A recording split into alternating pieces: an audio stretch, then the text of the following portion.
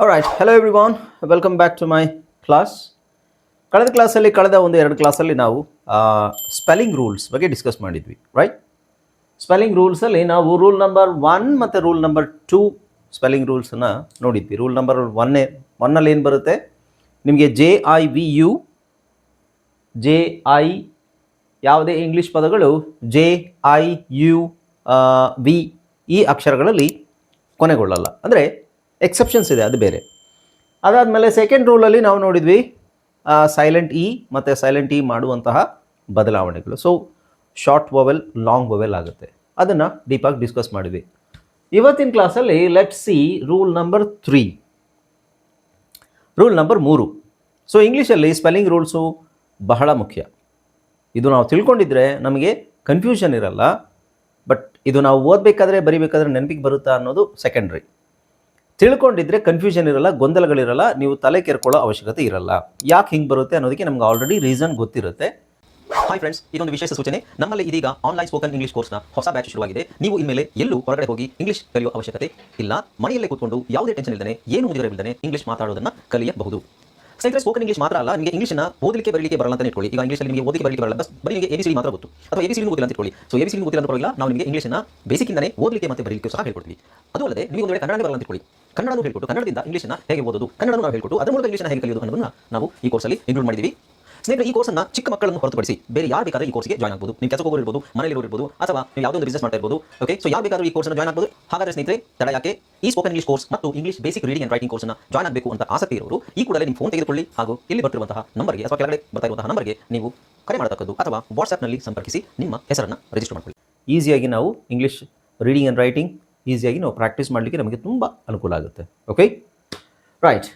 So ಇವತ್ತಿನ ಕ್ಲಾಸಲ್ಲಿ ನಾವು ರೂಲ್ ನಂಬರ್ 3 ನೋಡೋಣ. What is it? Rule number 3 ಅಲ್ಲಿ ಏನು ಹೇಳುತ್ತೆ ಅಂತ ಹೇಳಿದ್ರೆ, ಇಲ್ಲಿ ನೋಡಿ, ಈಗಿಂತ ಮುಂಚೆ ಐ ಬರಬೇಕು, ಸಿ ಅನ್ನು ಹೊರತುಪಡಿಸಿ. ಅಂದರೆ ಇಂಗ್ಲೀಷಲ್ಲಿ ಕೆಲವು ಪದಗಳಲ್ಲಿ ನಮಗೆ ಇ ಮತ್ತು ಐ ಅಕ್ಷರಗಳು ಒಟ್ಟಿಗೆ ಬರುತ್ತೆ. ಕೆಲವು ಪದಗಳಲ್ಲಿ ಇ ಮತ್ತು ಐ ಒಟ್ಟಿಗೆ ಬರುತ್ತೆ. ಓಕೆ, ಅದಕ್ಕೆ ಕಾರಣ ಏನು, ಅದು ಎಲ್ಲೆಲ್ಲಿ ಒಟ್ಟಿಗೆ ಬರುತ್ತೆ ಅದೀಗ ತಲೆ ಕೆಡಿಸ್ಕೋಬೇಡಿ. ಬಟ್ ಇದು ಒಟ್ಟಿಗೆ ಬಂದರೆ ಅದನ್ನು ಹೇಗೆ ಫಸ್ಟ್ ಇ ಬರಿಬೇಕಾ ಐ ಬರಿಬೇಕಾ ಅನ್ನೋದು ಸ್ವಲ್ಪ ತಿಳ್ಕೊಂಡಿದ್ರೆ ನಮಗೆ ಸ್ಪೆಲ್ಲಿಂಗ್ ಮಿಸ್ಟೇಕ್ಸ್ ಕಡಿಮೆ ಆಗುತ್ತೆ. ಓಕೆ, ಸೊ ಇ ಮತ್ತು ಐ ಒಟ್ಟಿಗೆ ಬರ್ಬೋದು, ಅಂದರೆ ಈ ಥರ ಇ ಐ ಅಂತ ಬರ್ಬೋದು, ಅಥವಾ ಐ ಇ ಅಂತ ಬರ್ಬೋದು, ಇ ಐ ಅಂತ ಬರ್ಬೋದು, ಅಥವಾ ಐ ಇ ಅಂತ ಬರ್ಬೋದು. ಇವೆರಡಕ್ಕೂ ಸೌಂಡ್ಸ್ ಇದೆಯಲ್ಲ, ಸೌಂಡ್ಸ್ ಅಂದರೆ ಇದರ ಉಚ್ಚಾರಣೆ. ಇ ಐ ಮತ್ತು ಐ ಇ ಬಂದಾಗ ಸೌಂಡ್ಸ್ ವ್ಯತ್ಯಾಸ ಆಗುತ್ತೆ. ಕೆಲವು ಕಡೆ ಇ ಅಂತ ಆಗುತ್ತೆ, ಕೆಲವು ಕಡೆ ಐ ಅಂತ ಆಗುತ್ತೆ, ಕೆಲವು ಕಡೆ ಇ ಅಂತ ಆಗುತ್ತೆ. ಅದೆಲ್ಲಿ ಸೌಂಡ್ಸ್ ಎಲ್ಲೆಲ್ಲಿ ಚೇಂಜ್ ಆಗುತ್ತೆ ಅನ್ನೋದನ್ನು ನಾವು ನೆಕ್ಸ್ಟ್ ವಿಡಿಯೋ ಇದರಲ್ಲಿ ಪಾಠದಲ್ಲಿ ನೋಡೋಣ. ಈಗ ಇದರಲ್ಲಿ ಏನು ಹೇಳುತ್ತೆ, ಈ ಥರ್ಡ್ ಸ್ಪೆಲ್ಲಿಂಗ್ ರೂಲಲ್ಲಿ ಥರ್ಡ್ ಸ್ಪೆಲ್ಲಿಂಗ್ ರೂಲ್ ಏನು ಹೇಳುತ್ತೆ ಅಂದರೆ, ಈಗಿಂತ ಮುಂಚೆ ಐ ಬರಬೇಕು. ಈಗಿಂತ ಮುಂಚೆ, ಈಗ ಮುಂಚೆ ಅನ್ನೋದನ್ನು ನಾನು ಹೇಗೆ ಹೇಳ್ತೀನಿ, ಈಗಿಂತ ಮುಂಚೆ ಐ ಬರಬೇಕು ಅಂದರೆ ಐ ಆದಮೇಲೆ ಇ ಬರಬೇಕು. ಇದರ ಅರ್ಥ ಅದೇ. ಈಗಿಂತ ಮುಂಚೆ, ಮುಂಚೆ ಅಂದರೆ ಈ ಹಿಂದೆ, ಐ ಆದಮೇಲೆ ಇ ಬರಬೇಕು. ಅಂದರೆ ಈ ಲೆಕ್ಕದಲ್ಲಿ ಏನಾಗುತ್ತೆ, ಈ ಥರ ನಾವು ಐ ಬರೆದ ಆದಮೇಲೆ ಇ ಬರಿಬೇಕು ಆಲ್ಮೋಸ್ಟ್ ಎಲ್ಲ ಕೇಸಸಲ್ಲೂ. ಐ ಬರೆದ ಮೇಲೆ ಐ ಮತ್ತು ಇ ಯಾಕೆ ಒಟ್ಟಿಗೆ ಬರಿಬೇಕು ಅದು ಬೇಡ, ಆ ಪ್ರಶ್ನೆ ಬೇಡ. ಐ ಮತ್ತು ಇ ಒಟ್ಟಿಗೆ ಬಂದಿದ್ದರೆ ಅದನ್ನು ನಾವು ಆ ಕಡೆ ಈ ಕಡೆ ಚೇಂಜ್ ಮಾಡಬಾರ್ದು, ಐ ಆದಮೇಲೆ ಇ ಬರಿಬೇಕು ಅನ್ನೋದು ರೂಲ್. ಓಕೆ, ಸೊ ಇಲ್ಲಿ ನೋಡಿ, ಎಕ್ಸಾಂಪಲ್ ನೋಡಿ, ಇಲ್ಲಿ DIE ಇದೆ ಅಲ್ವಾ? ಸೊ DIE ಇದೆ. ಓಕೆ,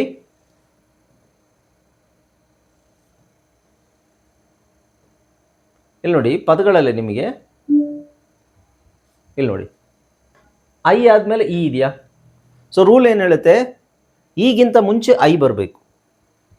ಈಗಿಂತ ಮುಂಚೆ ಐ ಬಂದಿದೆಯಾ? ಮುಂಚೆ ಅಂದರೆ ಈ ಹಿಂದೆ ಐ ಬರಬೇಕು. ಸೊ ಇಲ್ಲಿ ಐ ಫಸ್ಟ್ ಬಂದಿದೆ, ಆಮೇಲೆ ಇ ಬಂದಿದೆ. ಐ ಫಸ್ಟ್ ಬಂದಿದೆ, ಆಮೇಲೆ ಇ ಬಂದಿದೆ. I E I E I E ನೋಡಿ, ಇಲ್ಲಿ I E I E I E I E I E I E I E I E I E I E. Almost ನಿಮಗೆ ಬಹಳ ಪದಗಳಲ್ಲಿ I first ಬಂದು I first ಬರಬೇಕು, ಆಮೇಲೆ E second ಬರಬೇಕು. ಇದು ನೆನ್ಪಿಟ್ಕೊಳ್ಳಿ. I first then E. ಅಂದರೆ ಈಗ ನಾವು ಹೇಳೋದಾದರೆ ಈಗಿಂತ ಮುಂಚೆ ಐ ಬರಬೇಕು, ಅಥವಾ ನೀವು ಅದನ್ನು ಹೇಗಾದರೂ ತಗೊಳ್ಳಿ. ಐ ಆದ ನಂತರ ಇ ಬರಲಿ, ಈಗಿಂತ ಮುಂಚೆ ಐ ಬರಲಿ, but I first E second. ಇದು ನೆನ್ಪಿಟ್ಕೊಳ್ಳಿ. I first E second. ಇದನ್ನು ನೆನ್ಪಿಟ್ಕೊಂಡ್ರೆ ಸ್ಪೆಲ್ಲಿಂಗ್ ಮಿಸ್ಟೇಕ್ಸ್ ಅವಾಯ್ಡ್ ಆಗುತ್ತೆ ಮತ್ತು ಪದಗಳು ಓದಲಿಕ್ಕೆ ಸ್ವಲ್ಪ ನಮಗೆ ಈಸಿ ಆಗುತ್ತೆ. Okay, but there are exceptions. Exceptions ಅಂದರೆ ಏನಂತ ನೋಡಿ. ಎಕ್ಸೆಪ್ಷನ್ ಅಂದರೆ ನಾನು ಆಲ್ರೆಡಿ ಹೇಳಿದ್ದೀನಿ ನಿಮಗೆ, ರೂಲು ಎಲ್ಲ ವರ್ಡ್ಸಿಗೂ ಅಪ್ಲೈ ಆಗಲ್ಲ, ಕೆಲವು ವರ್ಡ್ಸ್ ಬಿಟ್ಟು. ಓಕೆ, ಎಕ್ಸೆಪ್ಷನ್ ವರ್ಡ್ಸ್ ಯಾವುದು? ಇವಿಷ್ಟು ಪದಗಳಲ್ಲಿ ನಮಗೆ ಐ ಆ್ಯಂಡ್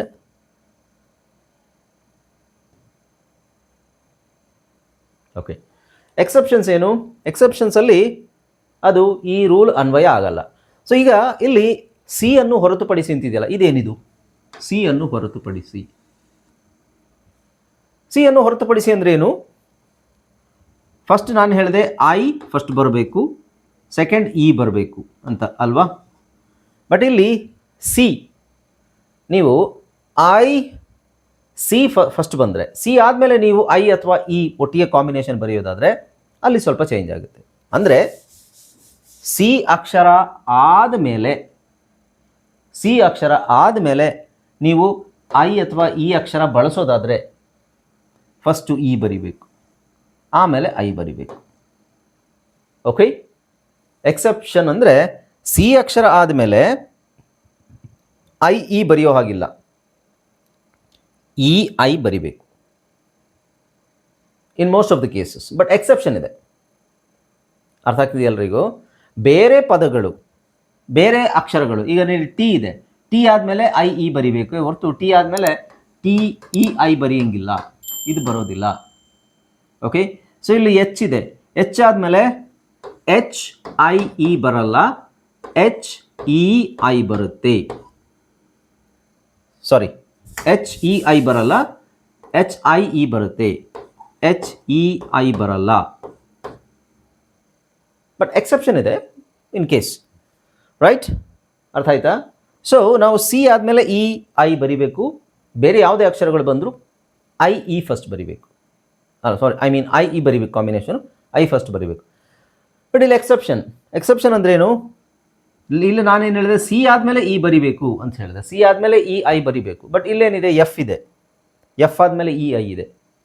ಇಲ್ಲಿ ನೋಡಿ, ಡಬ್ಲ್ಯೂ ಆದಮೇಲೆ ಇ ಐ ಇದೆ, ಆರ್ ಆದಮೇಲೆ ಇ ಐ ಇದೆ, ಟಿ ಆದಮೇಲೆ ಇ ಐ ಇದೆ, ಎಚ್ ಆದಮೇಲೆ ಇ ಐ ಇದೆ, ಎಚ್ ಆದಮೇಲೆ ಇ ಐ ಇದೆ.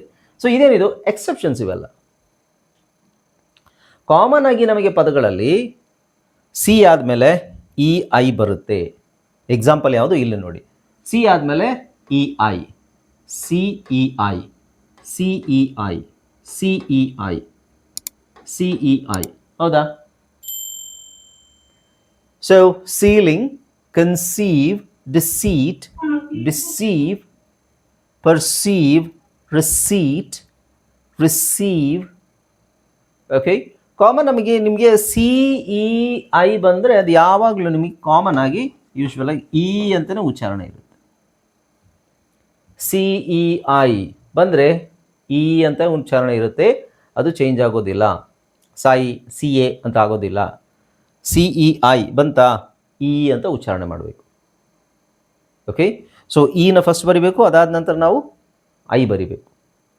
ಬಟ್ ಎಕ್ಸೆಪ್ಷನ್ಸ್, ಕೆಲವು ಪದಗಳಿದ್ದಾವೆ ಅದರಲ್ಲಿ ಸ್ವಲ್ಪ ಚೇಂಜ್ ಆಗುತ್ತೆ. ಈಗ ಹೇಳಿದ್ನಲ್ಲ ನಾನು, ಸಿ ಇದೆ, ಸಿ ಆದಮೇಲೆ ಐ ಇ ತೊಗೊಂಡಿದ್ದೀವಿ, ಸಿ ಆದಮೇಲೆ ಐ ಇ ತೊಗೊಂಡಿದ್ದೀವಿ. ಇಲ್ಲಿ ಸಿ ಆದಮೇಲೆ ಐ ಇ ಇದೆ, ಹೌದಾ? ಇಲ್ಲೇನು ಹೇಳಿದೆ ನಾನು? ಸಿ ಆದಮೇಲೆ ಇ ಐ ಬರೀರಿ ಅಂತ ಹೇಳಿದೆ. ಇದು ಜನರಲ್ ಆಗಿ, ಸಾಮಾನ್ಯವಾಗಿ ನಾವು ಇ ಐ ಅಂತ ಬರಿತೀವಿ. ಆದರೆ ಕೆಲವು ಪದಗಳು ಎಕ್ಸೆಪ್ಷನ್ನ ದಯವಿಟ್ಟು ಅರ್ಥ ಮಾಡ್ಕೊಳ್ಳಿ. ಭಾಳ ಜನರಿಗೆ ಇದೇ ಕನ್ಫ್ಯೂಷನ್. ಇಲ್ಲಿ ಹಿಂಗೆ ಹೇಳ್ತೀರಾ, ಇಲ್ಲಿ ಹಿಂಗಿದೆಯಲ್ಲ. ಹೌದು, ಈ ಪದಗಳಲ್ಲಿ ಹಾಗೆ ಬರುತ್ತೆ, ಅದನ್ನು ಬಿಟ್ಬಿಡಿ, ಆ ಪದಗಳನ್ನು ಬಿಟ್ಬಿಡಿ. ಬೇರೆ ಯಾವುದೇ ಪದಗಳು ಬಂದ್ರೂ ಅದರಲ್ಲಿ ಇ ಐ ಫಸ್ಟ್, ಸಿ ಆದಮೇಲೆ ನೋಡಿ, ಇನ್ನೊಂದು ಸಿನ ನೆನ್ಪಿಟ್ಕೊಳ್ಳಿ, ಸಿ ಆದಮೇಲೆ ಇ ಐ ಎ ಬರಬೇಕು. ಇಲ್ಲಿ ಬೇರೆ ಅಕ್ಷರಗಳಿದ್ದರೆ, ಸಿ ಬಿಟ್ಟು ಬೇರೆ ಅಕ್ಷರಗಳಿದ್ದರೆ ಏನು ಬರಬೇಕು? I E.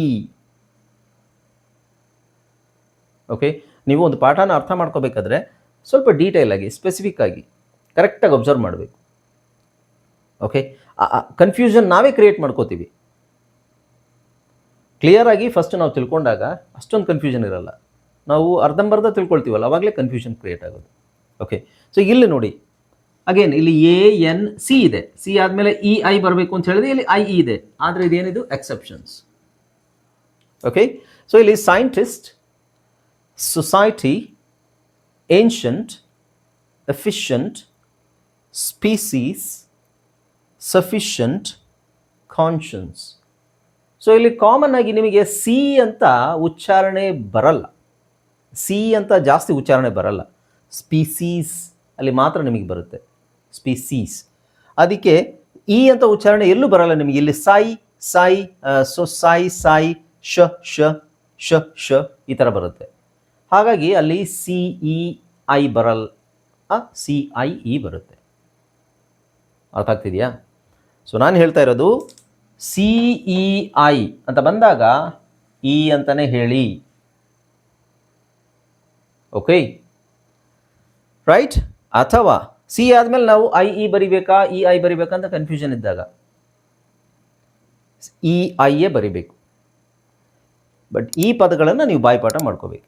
ಈ ಪದಗಳು ಎಕ್ಸೆಪ್ಷನ್ ಆಗಿರೋದ್ರಿಂದ ಅದು ನಮಗೆ ನೆನಪಲ್ಲಿ ಇರಲ್ಲ. ಸೊ ಇ ಐ ಬರಿಬೇಕಾ, ಐ ಇ ಬರಿಬೇಕಾ ಕನ್ಫ್ಯೂಷನ್ ಬೇಡ. ಎಕ್ಸೆಪ್ಷನ್ಸ್ ಏನಿದ್ದಾವೆ ಅದನ್ನು ಬರೆದು ಪ್ರಾಕ್ಟೀಸ್ ಮಾಡಬೇಕು. ಉಳಿದಿರೋ ಪದಗಳು ರೂಲನ್ನು ನೆನ್ಪಿಟ್ಕೊಳ್ಳಿ. It's very simple. ರೂಲ್ ನೆನ್ಪಿಟ್ಕೋಬೇಕು, ಎಕ್ಸೆಪ್ಷನ್ ಫಸ್ಟು ನೆನ್ಪಿಟ್ಕೋಬೇಕು ರೂಲ್ಗಿಂತ ಮುಂಚೆ. ಅವಾಗೇನಾಗುತ್ತೆ, ರೂಲು ನಮಗೆ ನೆನಪಲ್ಲಿರುತ್ತೆ, ಎಕ್ಸೆಪ್ಷನ್ ಇರೋ ವರ್ಡ್ಸು ಬರಿತಾ ಓದ್ತಾ ಇದ್ದರೆ ಅಲ್ಲಿಗೆ ಅದು ಕರೆಕ್ಟಾಗಿ ಮ್ಯಾಚ್ ಆಗುತ್ತೆ. ಓಕೆ, ಸೊ ಕಾಮನ್ ಆಗಿ ನಾನು ಹೇಳಿದೆ ಸಿ ಇ ಐ ಬಂದಾಗ ಇ ಅಂತಲೇ ಸೌಂಡು, ಇ ಅಂತಲೇ ಬರುತ್ತೆ. ಇಲ್ಲಿ ನೋಡಿ, ceiling, conceive, deceit, deceive, perceive, receipt, receive ಎಲ್ಲ ನಿಮಗೆ ಇ ಅಂತಲೇ ಬರುತ್ತೆ.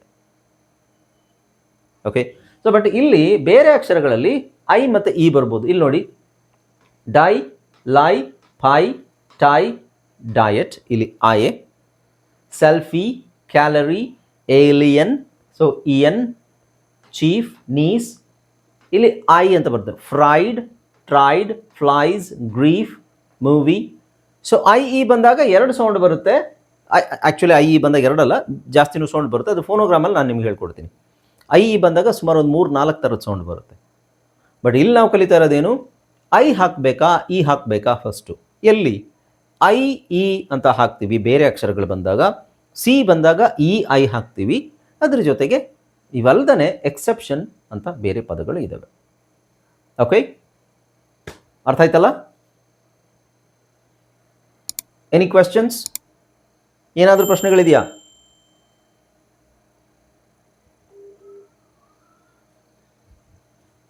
Any questions? Okay, let's continue. So ಇವತ್ತಿನ ಪಾಠದಲ್ಲಿ ನಾವು ಏನು ಕಲಿತಾ ಇದ್ದೀವಿ? Spelling rules. ಸ್ಪೆಲ್ಲಿಂಗ್ ರೂಲ್ಸ್ ಒಂದಷ್ಟು ಆಯಿತು.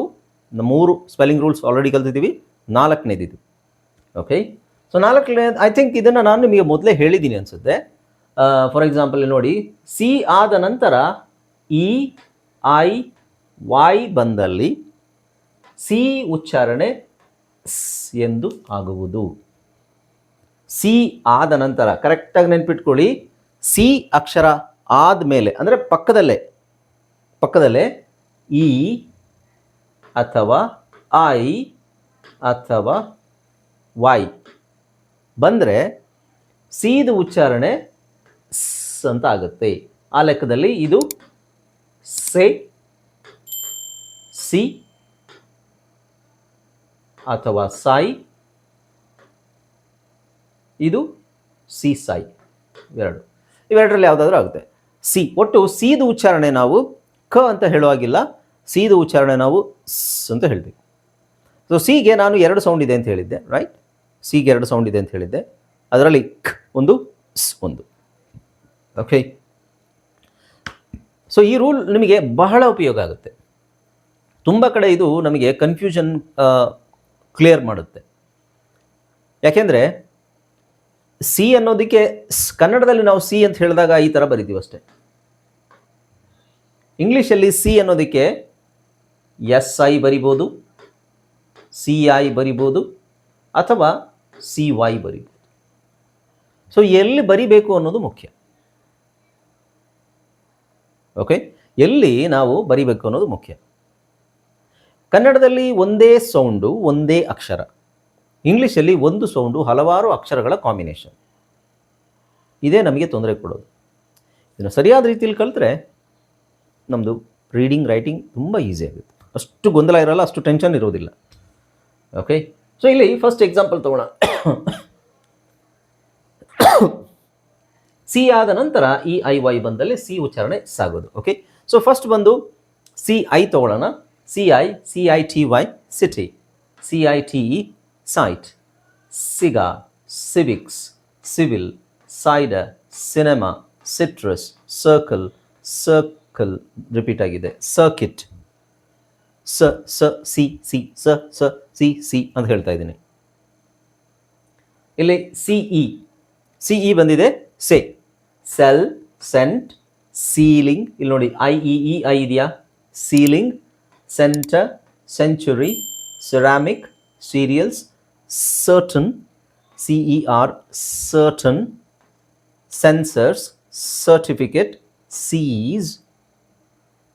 ಓಕೆ, ಸೊ ಕೆಲವು ಕಡೆ ಸೌಂಡ್ಗಳು ಚೇಂಜ್ ಆಗುತ್ತೆ. ಇಲ್ಲಿ CER ಬಂದಾಗ ಸರ್ಟನ್ ಅಂತ ಹೇಳ್ತೀವಿ, ಸರ್ಟನ್ ಅಂತ ಹೇಳಲ್ಲ, ಸರ್ಟನ್. ಅದು ER ಆ್ಯಕ್ಚುಲಿ, ERದು ಕೆಲಸ ಅದು. ಇ ಮತ್ತು ಆರ್ ಕಾಂಬಿನೇಷನ್ ಬಂದಾಗ ಇದು ಎರ್. ಇದರಲ್ಲಿ 2-3 ಥರದ ಸೌಂಡ್ ಇದೆ. ಎರ್ ಅಂತ ಬರುತ್ತೆ, ಅಥವಾ ಅರ್ ಅಂತ ಹೇಳಬೇಕು, ಅಥವಾ ನಾವು ಅದನ್ನು ಅರ್ ಅಂತ ಹೇಳ್ತೀವಿ. ಸೊ ಇಂಗ್ಲೀಷಲ್ಲಿ ಯಾವಾಗಲೂ ಕಾಂಬಿನೇಷನ್ನೇ ನಮಗೆ ತಲೆ ಕೆಡಿಸೋದು. ER ಬಂದಾಗ ಈ ಉಚ್ಚಾರಣೆ ಏನು, a phonic sounds, A.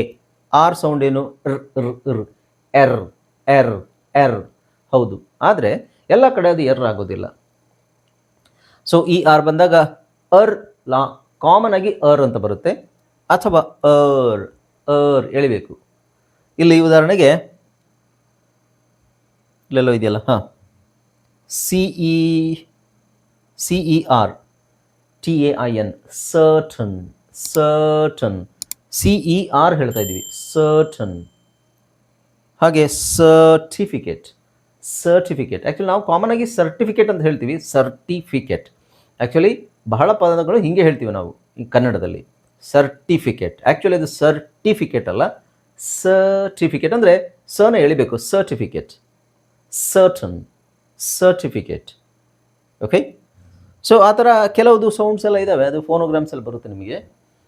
So ಇಲ್ಲೇನು ನಾವು ನೋಡ್ತಾ ಇದ್ವಿ, ಸಿ ಆದ ನಂತರ EIY ಬಂದಲ್ಲಿ ಸಿ ಉಚ್ಚಾರಣೆ ಸಾಗುವುದು. Right, okay, right. ಈಗ ನೆಕ್ಸ್ಟು ವೈ. ಸಿ ಆದಮೇಲೆ ವೈ ಬಂದರೆ ಸೈ ಅಂತ ಆಗ್ಬೋದು, ಅಥವಾ ಸಿ ಅಂತ ಆಗ್ಬೋದು. ಸೊ ಇಲ್ಲಿ ನೋಡಿ, cylinder, cyanide, cyber, cycle, IC ಕೊನೆಯಲ್ಲಿ ಬಂದಿದೆ ನೋಡಿ, IC, spicy,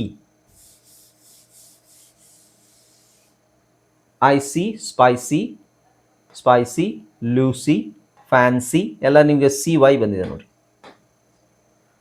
IC, spicy, Lucy, fancy, agency, policy, legacy. Okay, ಇದು ಫಸ್ಟ್ ರೂಲ್ ನಾನು ಹೇಳ್ಕೊಟ್ಟಿದ್ನಲ್ಲ, ನೆನಪಿದೆ ಯಾರಿಗಾದರೂ? ಫಸ್ಟ್ ರೂಲ್ ಏನಿದೆ, ಐ ಅಕ್ಷರದಲ್ಲಿ ಕೊನೆ ಆಗಲ್ಲ ಅಂತ ಹೇಳಿದೆ. ಹಾಗಾಗಿ ಇಲ್ಲಿ IC ಅಂತಿದೆಯಲ್ವಾ, SIC ಈ ಥರ ಬರಲ್ಲ. ಇಂಗ್ಲೀಷಲ್ಲಿ ಈ ಥರ ಎಂಡ್ ಆಗಲ್ಲ. ಹಾಗಾದರೆ ಇಲ್ಲಿ ವೈ ಹಾಕ್ಬೋದಲ್ವಾ ಅಂತ ಹೇಳ್ಬೋದು, ಬಟ್ ಇದ್ರ ಪ್ರೊನೌನ್ಸಿಯೇಷನ್ ಚೇಂಜ್ ಆಗುತ್ತೆ. ನಮಗೆ IC ಅಂತ ಬರಿಬೇಕು ಅಂತ ಹೇಳಿದ್ರೆ ನಾವು IC ಈ ಥರ ಸಿ ಅಂತ ಬರಿಬೋದು. ಬಟ್ ಇಂಗ್ಲೀಷಲ್ಲಿ ಏನು ಫಸ್ಟ್ ರೂಲ್ ಏನು ಹೇಳುತ್ತೆ, ಯಾವುದೇ ಪದ ಐಯಲ್ಲಿ ಎಂಡ್ ಆಗಲ್ಲ, ಐ ಬದಲು ನಾವು ವೈ ಹಾಕ್ತೀವಿ ಅಂತ ಹೇಳೋದಲ್ವಾ, ಹಾಗಾಗಿ ನಾವು ವೈ ಹಾಕ್ತೀವಿ. ಸೊ ಇದು IC, spicy, Lucy, fancy, C. Okay, so CY ಬಂದಾಗ ನಿಮಗೆ ಸೈ ಅಂತ ಹೇಳ್ಬೋದು ಅಥವಾ ಸಿ ಅಂತ ಹೇಳ್ಬೋದು. ಎಲ್ಲಿ ಸೈ ಆಗುತ್ತೆ ಎಲ್ಲಿ ಸಿ ಆಗುತ್ತೆ ಅದು ನೆಕ್ಸ್ಟ್ ನಿಮಗೆ ಫೋನೋಗ್ರಾಮ್ಸಲ್ಲಿ ಬರುತ್ತೆ. ಓಕೆ, ಅರ್ಥ ಆಯ್ತಲ್ಲ? ಸೊ ಫಸ್ಟ್ ರೂಲ್ ಏನು ಕಲ್ತ್ವಿ ನಾವು, I mean third rule, right? Third rule ಏನು ಕಲ್ತ್ವಿ ನಾವು, ಐಗಿಂತ ಮುಂಚೆ ಅಲ್ಲ ಈಗಿಂತ ಮುಂಚೆ ಐ ಬರಬೇಕು. ಇದು ಸಿ ಆದ ನಂತರ ಈ ಐ ವೈ ಬಂದಾಗ ಸಿ ಉಚ್ಚಾರಣೆ ಸ್ ಅಂತ ಆಗುತ್ತೆ. ಇವೆರಡು ರೂಲು ಬಹಳ ಮುಖ್ಯ, ಎಸ್ಪೆಷಲಿ ಇದು. ಓಕೆ, ಇಲ್ಲಾಂದರೆ ನಿಮಗೆ ಕನ್ಫ್ಯೂಷನ್ ಆಗುತ್ತೆ. ಎಸ್ ಹಾಕಬೇಕಾ, ಸಿ ಹಾಕಬೇಕಾ, ಸಿ ಇದ್ದರೆ ಕ ಅಂತ ಹೇಳಬೇಕಾ ಅಥವಾ ಸ ಹೇಳಬೇಕಾ ಅನ್ನೋದು ಕನ್ಫ್ಯೂಷನ್ ಇರುತ್ತೆ. ಓಕೆ, ಸೊ ಕಾಂಬಿನೇಷನ್ಸ್ ಸಿ ಆದಮೇಲೆ ಇ ಐ ವೈ ಬಂದರೆ ಸ್ ಅಂತ ಹೇಳಿದ್ರೆ ಆಯಿತು. ಬಟ್ ಎಕ್ಸೆಪ್ಷನ್ಸ್ ಎಲ್ಲದರಲ್ಲೂ ಇರುತ್ತೆ. ಎಕ್ಸೆಪ್ಷನ್ ನೋಡಿ, ಎ ಆರ್ ಸಿ ಇದೆ, ಎ ಆರ್ ಸಿ ಆದಮೇಲೆ ಐ ಇದೆ, ಬಟ್ ಅದನ್ನು ನಾವು ಐ ಎನ್ ಜಿ ಅಂತ ಹೇಳಿದಾಗ ಆರ್ ಕಿಂಗ್ ಅಂತ ಹೇಳ್ತೀವಿ, ಆರ್ ಸಿಂಗ್ ಅಂತ ಹೇಳಲ್ಲ. ಸೊ ಇದು ಕೆ ಸೌಂಡ್ ಬರುತ್ತೆ, ಇಲ್ಲಿ ಸೌಂಡ್ ಕೆ ಬರುತ್ತೆ. ಆರ್ ಕಿಂಗ್, ಆರ್ ಸಿಂಗ್ ಅಲ್ಲ. ಇದು ಅಷ್ಟೇ, ಸಾಕರ್, ಸಾಸರ್. ಸೊ ಇಲ್ಲಿ ಸಿ ಇದೆ, ಒಂದು ಸಿ ಸೈಲೆಂಟ್ ಆಗುತ್ತೆ, ಬಟ್ ಸಿ ಆದಮೇಲೆ ಈ ಬಂದರೂ ಸಾಸರ್ ಅಂತ ಹೇಳಲ್ಲ, ಸಾಕರ್, ಸಾಕರ್. ಇದು ಎರಡು ಥರನೂ ಹೇಳ್ಬೋದು, ಸೆಲ್ಟಿಕ್ಸ್ ಎರಡು ಥರನೂ ಹೇಳ್ತಾರೆ. ಅದು ಗೊತ್ತಿಲ್ಲ ನನಗೆ ಯಾಕೆ ಹಂಗೆ ಹೇಳ್ತಾರೆ ಅಂತ, ಬಟ್ ಎರಡು ಥರನೂ ಇದೆ. ಸಿನ ಕೆ ಅಂತಲೂ ಹೇಳ್ತಾರೆ, ಇಲ್ಲಿ ಸೆಲ್ಟಿಕ್ಸ್ ಆ್ಯಂಡ್ ಕೆಲ್ಟಿಕ್ಸ್ ಅಂತ ಹೇಳ್ತಾರೆ. ಇಲ್ಲಿ ನೋಡಿ, ಸಿ ಎ ಇದೆ, ಸಿ ಎ ಕ್ಯಾ ಆಗಬೇಕಲ್ವಾ? ಇಲ್ಲ, ಸಿ ಎ ಕ್ಯಾ ಆಗಲ್ಲ. ಸೊ ಸಿ ಇ ಸೇರುತ್ತದು ಸೀಸರ್. ಇದು ಸಿ ಇ ಇರೋದು, ಸಿ ಇ ಎಲ್ಲೆಲ್ಲೋ ಇದೆ, ಸೆಲ್ಲೋ ಅಂತ ಅನ್ಸ್ಬೋದು, ಬಟ್ ಇದನ್ನು ನಾವು ಚೆಲೋ ಅಂತ ಹೇಳಬೇಕು, ಚೆಲೋ. ಇದು ಸಿ ಐ ಎ ಓ ಇದೆ, ಚಿಯಾವು.